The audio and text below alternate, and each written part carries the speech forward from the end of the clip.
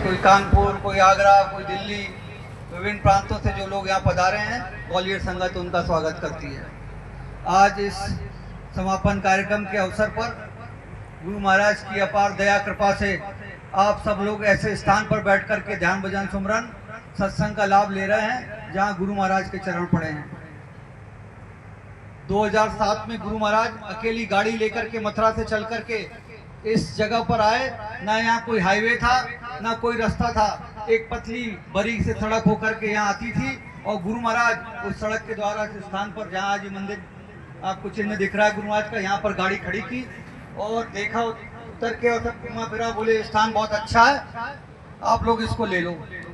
तो ग्वालियर संगत के जो जिम्मेदार थे उन्होंने कहा गुरु महाराज हम तो आपके नालायक बच्चे हैं, हमारे पास तो कोई पैसा है नहीं जो हम जमीन खरीद लें। तो बोले क्यों चिंता करते हो, तुम्हारा बाप तो बैठा है। और उन्होंने मथुरा बुलाया, 15 लाख रुपए दे करके ये 2 बीघा जमीन आश्रम के नाम से गुरु महाराज ने खरीदवाई। उसके बाद बोले कि बच्चा तुम अपनी देवी जी के नाम से भी 1 बीघा जमीन ले लो, और मनोज से भी बोला कि 2.5 बीघा जमीन आप भी ले लो। तो देवी जी के नाम से जो जमीन ली उस पर ये मंदिर बना हुआ, वो जमीन जो है संगत को दे दी गई है।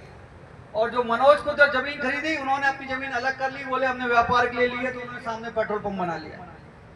गुरु महाराज 2008 में इस स्थान का जब निर्माण हो गया तो बाउंड्री बन गई, तो यहाँ उद्घाटन करने आए शरद पूर्णिमा के अवसर पर, और खीर बनवाई रात में 1 दिन पहले, और शरद पूर्णिमा पे खीर बंटवाई, नामदान दिया, सत्संग दिया, प्रेमियों को दया और आशीर्वाद दिया।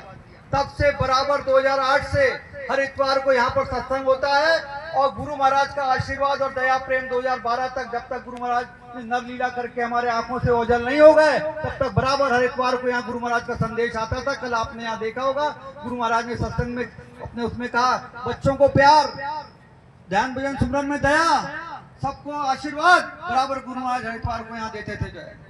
जो लोग यहाँ बराबर सत्संग में आते थे उन्होंने अनुभव किया कितनी बड़ी दया गुरु महाराज की रही। पहले ये गार्डन नहीं था, यहाँ पे सब्जी उगती थी, मटर होता था, पपीता, ये वो बराबर आश्रम में जाता था और गुरु महाराज उसका सेवन करते थे। तो गुरु महाराज की दया कृपा से ये आश्रम आपका बना हुआ है, और यहाँ पर हर इतवार को बराबर सत्संग होता है, बसें आती हैं और लोग बैठते हैं। आप लोगों से निवेदन है कि बराबर आप अपने नाते रिश्तेदारों को बता दो कि गुरु महाराज का यहाँ पर विराजमान है, बराबर दया दे रहे हैं, बराबर लोग यहाँ पर धोख लगाते हैं, अपनी मनोकामना पूर्ण करते हैं। जैसे दादा गुरु हमारे मथुरा में बैठे हुए बरकत बांट रहे हैं, वैसे हमारे गुरु महाराज यहाँ बैठ के बरकत बांट रहे हैं, जीते जागते यहाँ विराजमान है। जो कोई भी अपनी दुख तकलीफ की धोख लगाता है उसका यहाँ काम होता है। ऐसे सैकड़ों उदाहरण जब से ये स्थान चिन्ह बना अपनी निगाहों के सामने देखें। किसी की बच्ची की शादी नहीं हुई तो 2-4 हफ्ते यहाँ आया, धोख लगाई, बच्ची का संबंध हो गया।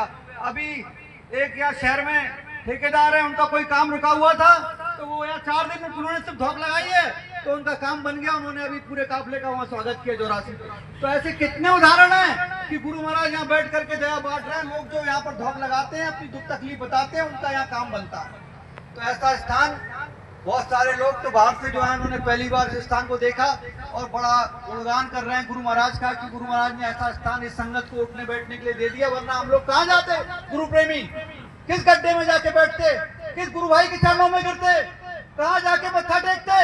हमको गुरु महाराज ने स्थान दिया उठने बैठने का, मत्था टेकने का, तो आप सब संगत का स्वागत करने का अवसर मिला। जो कोई संगत यहाँ से उज्जैन जाती है वो सब यहाँ रुकती है, उसकी स्वागत सेवा। जो मथुरा जाती है सबकी स्वागत सेवा होती है। हमारे गुरुभाई है, कोई हमारे में भेद नहीं, हम किसी की बुराई नहीं करते, ना उज्जैन की न मथुरा की, हम सबका स्वागत करते हैं। और मानते सिर्फ अपने गुरु को ही है और किसी को नहीं मानते। सिर्फ इस आश्रम पे फोटो लगेगा तो हमारे गुरु महाराज का और किसी का फोटो नहीं लगेगा। सिर्फ गुरु महाराज विराजमान रहेंगे और कोई नहीं रहेगा। बड़े भाग्यशाली हो आप कि आपको गुरु महाराज ने नाम दाम देके अपने चरणों में लगाया। मीरा ने कहा था, पायो जी मैंने नाम रतन धन पायो, वस्तु अमोलक दी मेरे सदगुरु कृपा कर अपनाया। तो आपको गुरु महाराज ने कृपा करके अपनाया। आप उस लायक नहीं थे, कोई आपने परिश्रम नहीं किया, कोई अच्छा कार्य नहीं किया। गुरु महाराज ने आपको बीमारी के बहाने, दुख तकलीफ के बहाने, शादी के बहाने अपने चरणों में बुला करके लगाया। वरना इतिहास है, कबीर साहब के समय में बलक बुखारे के बादशाह ने 12 साल उनके चरणों में सेवा की, तब वो नाम की बख्शीश मिली। धर्मदास सेठ थे बनारस में, वो उन्होंने कहा कि जहाँ गुड़ होगा चींटे आ जाएंगे। तो कबीर साहब ने उनको इतना भटकाया कि पहाड़ से अपना प्राण देने लगे, तब जाके उनको नामदान मिला। एक भल्ला जी थे जिन्होंने उदाहरण पेश किया आप सत्संगियों के लिए कि उन्होंने अपना पूरी जमींदारी छोड़ दी, सब छोड़ के आश्रम में रहने लगे, और जब सेवा मिली तो गड्ढे में गिर गए तो उन्होंने कहा हजूर पहले लकड़ी ऊपर जाएगी फिर भल्ला ऊपर आएगा। तो हजूर खुश हो गए और बोले अब कोई प्रेमियों की परीक्षा कलयुग में नहीं ली जाएगी, अब तो उल्टा हिसाब है, प्रेमी गुरु की परीक्षा लेता है, जब काम हो जाता है तब गुरु को मानता है। बोलो प्रेम से जय। तो ये गुरु महाराज की करामात है। और बाबा जी ने तो कहा जय गुरुदेव बोलोगे तो मैं मिलूंगा, इससे सस्ता सौदा कोई है दुनिया में कि जय गुरुदेव बोलोगे तो बाबा जी मिलेंगे, आपके अंत समय में आपको जो है उस अपने सतलोक सतधाम लेकर जाएंगे। तो कितना सरल सौदा गुरु महाराज ने दिया हुआ है। कुछ नहीं करना, ध्यान भजन सुमरन 1 घंटा सुबह 1 घंटा शाम और शाहकार का प्रचार करना। तो ये कार्यक्रम आपके चरणों में, गुरु महाराज के चरणों में हो रहा है ये कार्यक्रम, और आप सब लोग सौभाग्यशाली हो। हमारे यहाँ से दूर दूर से जो लोग आए हुए हैं उनको यहाँ भी आप संदेश देने का मौका मिलेगा। ये शशि हमारी कानपुर से आई हुई है, कार्डधारी हैं। मैं इनसे निवेदन करूंगा कि ये अपने कुछ वचन गुरु महाराज के जो अनुभव हैं, जो गुरु महाराज की दया कृपा है वो आपके सामने बताएंगी, और आपको जो है गुरु महाराज की दया से आपको सरोवर करेंगी। प्रेम से बोलें